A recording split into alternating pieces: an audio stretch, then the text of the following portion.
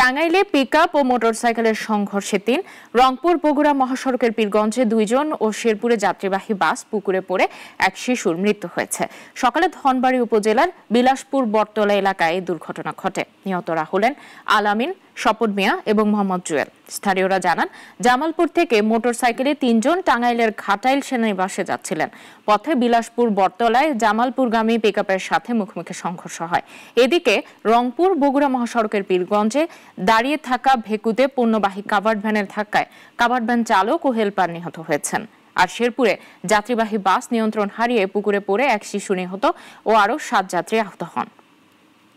মানে মাঠ ছিল বিদায় তারা আসছিল 6:30টার সময়, 6:30টার সময় অ্যাক্সিডেন্টে 2 জন স্পট ডেড হয়ে গেছে।